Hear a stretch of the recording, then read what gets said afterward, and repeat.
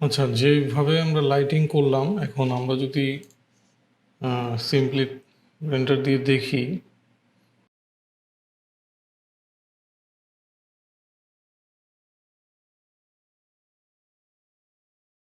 আচ্ছা এখানে আমি জাস্ট এই শেডটার ভিতরে একটা টেক্সচার অ্যাড করছি।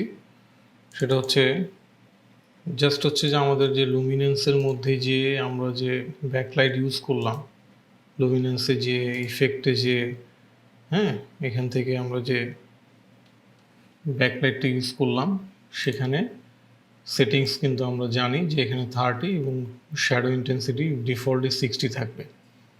এটা ঠিক আছে, কিন্তু আমি যেটা করলাম সেটা হচ্ছে ডিফিউজের মধ্যে যে আমি একটা টেক্সচার ইউজ করছি, সেটা অনেকটা কাপড়ের টেক্সচারের মতো।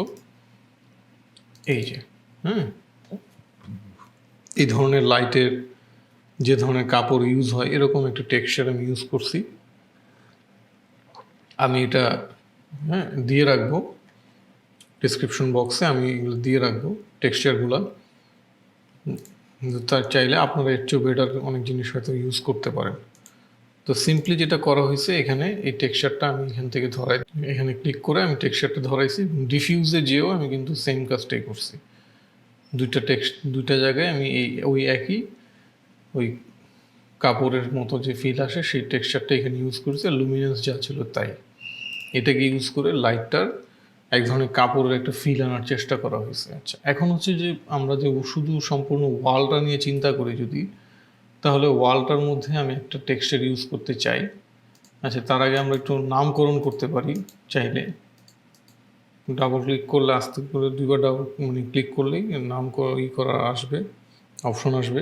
সেটা হচ্ছে যে এটা হচ্ছে ধরেন এইচডিআরআই, একটু অর্গানাইজভাবে কাজ করা আর কি। এটা হচ্ছে এটা আমি আসলে চেঞ্জ করব, কারণ হচ্ছে যে আমি এই জায়গাটা একটা কাঠের একটা ফ্লেভার চাই আর কি। জন্য এটা আমার আসলে দরকার নাই, আমি এটা ফেলে দিলাম। ল্যাম্পের মধ্যে এখানে এই টেক্সচার আমি এখান থেকে ফেলে দিলাম। আমি সুন্দর করে অর্গানাইজ করে ফেলছি, এখানে শুধু শেড আর এইচডিআর এটা রইল। এখন আমি আরেকটা মেটেরিয়াল নিতে চাই, সেটা হচ্ছে ব্যাকগ্রাউন্ডের জন্য ওয়াল।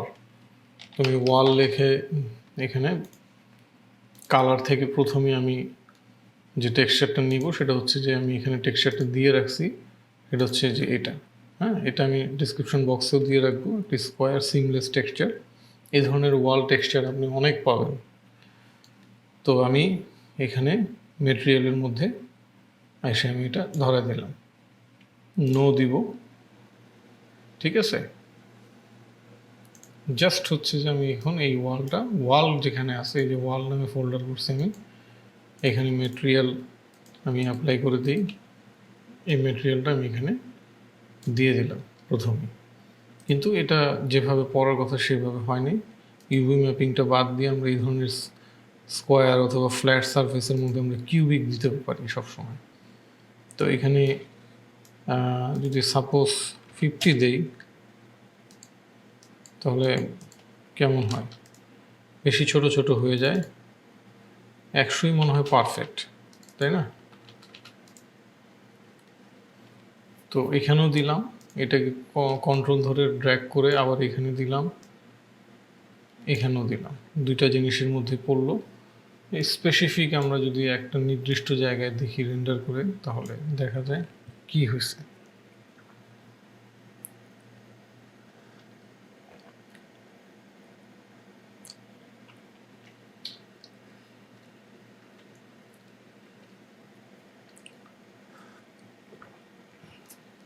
ভালো। এখন অবশ্যই মনে রাখতে হবে রেন্ডার সেটিংয়ে আমরা কি করছি সেটাকে জানা, যে গ্লোবাল এই অ্যাম্বিয়েন্ট এক্সক্লুশনটাও ছিল, সেটা আমি বাদ দিয়ে দিছি। গ্লোবাল ইলুমিনেশন যেটা, সেটাকে আমি রেখে এখান থেকে অ্যাকিউরেসি আমি 90% দিয়ে রাখছি। যেহেতু এখানে লাইট খুব কম, এটা কিন্তু বেসিক্যালি লো থাকলে 50 হয়, মিডিয়াম থাকলে 75 হয়, হাই থাকলে 90 হয়। আমি 90%ই হাই দিয়ে রাখছি। কারণ হচ্ছে যে আপনার এখানে যে এইচডিআরআইটা ইউজ করা হয়েছে, সেটা কিন্তু আমি এইচডিআরআই কিন্তু কোথাও আমার এখানে ইউজ নাই, আমি এইচডিআরআইটা ফেলে দিছি।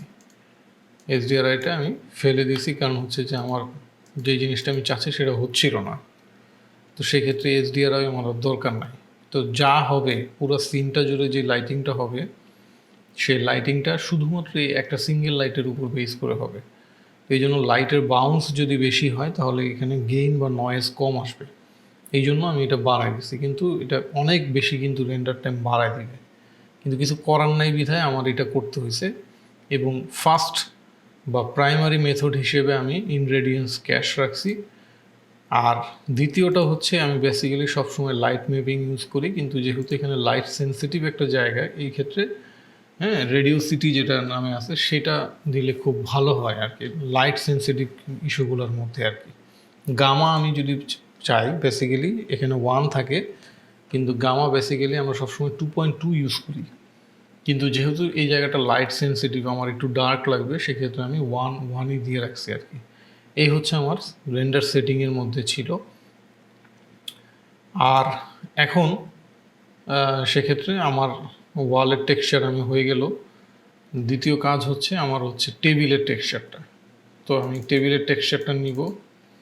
এখানে হচ্ছে টেবিল, TABLE, টেবিলের টেক্সচারের জন্য আমি একটা কাট নির্ধারণ করছি, সেটা হচ্ছে এই কাটটা আর কি।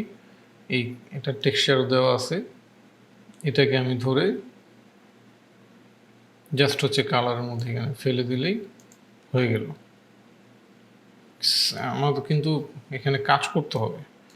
টেবিল এটা এখানে যেটা হয়েছে সেটা হচ্ছে ম্যাট ফিনিশ আর কি, কিন্তু আমি একটু গ্লসি চাই, সেক্ষেত্রে আমি এখানে যেটা করব সেটা হচ্ছে আলাদা একটা রেন্ডার নিব, এবং আলাদা একটা লেয়ার নিব, সেটা হচ্ছে GGX, এবং এখানে আমি রিফ্লেকশনের পরিমাণ কমাই দেব, রিফ্লেকশন স্ট্রেংথ সেটা আমি কমাই দেব, এবং এভারেজের জায়গায় আমি অ্যাডিটিভ রাখবো আর কি। দেখেন এখন কিন্তু যখন আমি এভারেজ ছিল তখন কিন্তু মানে পুরোপুরি রিফ্লেকটিভ একটা সারফেস দেখা যাচ্ছে। এত রিফ্লেকশন তো চাই না, আমি চাই হচ্ছে যে কাঠের অংশ দেখা যাবে, প্লাস হচ্ছে গ্লসিনেসটাও থাকবে। এই জন্য আমি অ্যাড করে দিলে এই যে রিফ্লেকশনটা আসলো। এখন একেবারে এরকম রিফ্লেকটিভ তো থাকে না, রিফ্লেকশন ম্যাপ দেখা গেছে যে 20% করে দিলাম, আর রাফনেস মানে ম্যাট ভার্সন যদি চাই আমি, সেক্ষেত্রে 10% করে দিলে এটা একটু ম্যাট ফিনিশ হয়ে যাবে। হ্যাঁ, খুব সুন্দর গ্লসি একটা মেটেরিয়াল টেবিলের জন্য। এটা টেবিলের সব জায়গায় যদি আমরা ইউজ করব, এবং সবসময় মনে রাখতে হবে এটা যেই সারফেসগুলো স্কোয়ার বা সেই ধরনের সারফেস আমরা ইউভি ম্যাপিংয়ের চাইতে আমরা কিউবিকটা বেশি ইউজ করব। তো কিউবিক করা হলো এবং কন্ট্রোল ধরে জাস্ট ড্র্যাগ করে ড্রপ সব জায়গায়। সুন্দর, এই যে দেখেন একটা রিফ্লেকশন ম্যাপ অলরেডি আমরা পাচ্ছি। এতটুকু জায়গায় যদি আমরা রেন্ডার দিয়ে দেখি তাহলে কী হয় দেখি।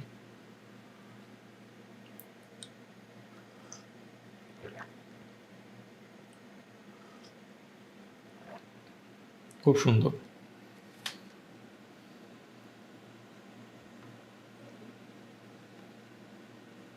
লাইটের রিফ্লেকশনটা সে খুব সুন্দরভাবে নিচ্ছে আর কি।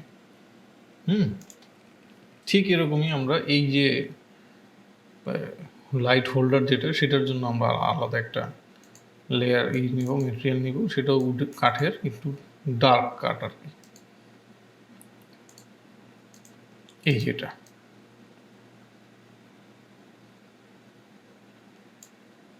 সেম কাজটাই করবো, এটা আমি রিফ্লেকশন চাই, তাহলে আমার একটা অ্যাড করতে হবে, GGX নিতে হবে, এবং এভারেজটাকে আমার অ্যাডিটিভ করে দিতে হবে, এবং রিফ্লেকশনের পরিমাণ কমায় দিতে হবে।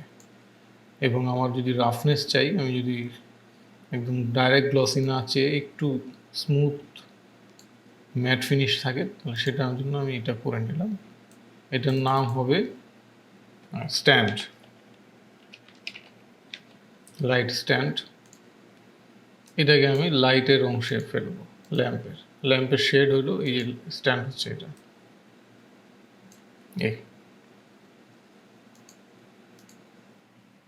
এখন যদি আমি ফুল একটা রেন্ডার দিই তাহলে কি হয় দেখি।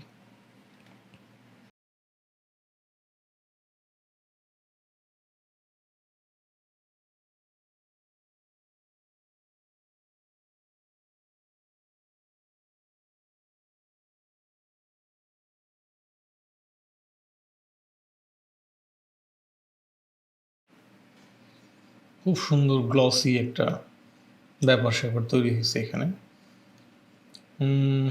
আমার মনে হয় পারফেক্ট। এখন এখানে ক্যামেরা অ্যানিমেশন বলতে আমি যেটা করছি সেটা হচ্ছে যে সিম্পল, এখানে জাস্ট ক্যামেরাটার সামনের দিকে চার্জ করছি, মানে জেড, ক্যামেরার জেড আমি বাড়াইছি আর কি।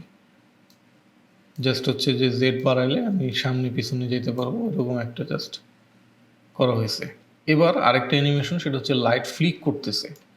এই যে লাইটটা দেখতেছেন, এই লাইটে আমি ফ্লিক করছি জাস্ট হচ্ছে ধরেন হচ্ছে প্রথম ফ্রেমে 12 নম্বর ফ্রেমে যে আমি কী করছি, লাইটের অপাসিটি বা ইন্টেন্সিটি ছিল হচ্ছে 100, ঠিক এক ফ্রেম আগে আসলে দেখা যেতেছে সেটা 50 হয়ে গেছে। অ্যানিমেশনটা আমি এইভাবে করছি, এখানে ক্লিক করে অ্যানিমেশন করে আবার পরের ফ্রেমে 100 করে দিছি। তার মানে কি, এখানে একটা হঠাৎ করে লাইটের ইন্টেন্সিটি 100 থেকে 50 হয়ে গেল, আবার 100 হয়ে গেল। তারপরে আবার যখন 40-এ আসছি তখন 100 রাখছি ক্লিক করে, তারপর আবার দেখা গেছে যে একদম ডিরেক্টলি আমি 0 করে ফেলছি। তারপরে আবার হচ্ছে 50, তারপরে হচ্ছে আবার 0, তারপরে এক ফ্রেম গ্যাপ দিয়ে আমি আবার হচ্ছে এভাবে আমি ফ্লিকারিংটা তৈরি করছি আর কি। সিম্পল, জাস্ট লাইটটাকে অন অফ করা বা ইন্টেন্সিটিটা বাড়ানো কমানো আর কি, আর ক্যামেরাটা চার্জ করা। তাহলে ফাইনাল ভিউটা আসলে কী দাঁড়াইলো আমরা যদি জাস্ট দেখি, সেভ না করে যদি একটা রেন্ডার দিই, এখানে কারেন্ট ফ্রেমে একটা রেন্ডার দিই, জাস্ট হচ্ছে নির্দিষ্ট একটা ফ্রেমের আর কি কী দাঁড়ায় দেখি।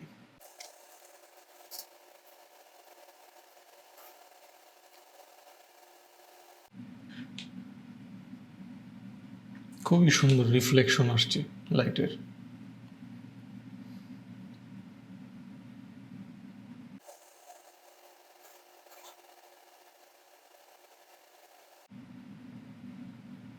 ছোট ছোট ডিটেলিংগুলো এখানে দেখা যাচ্ছে।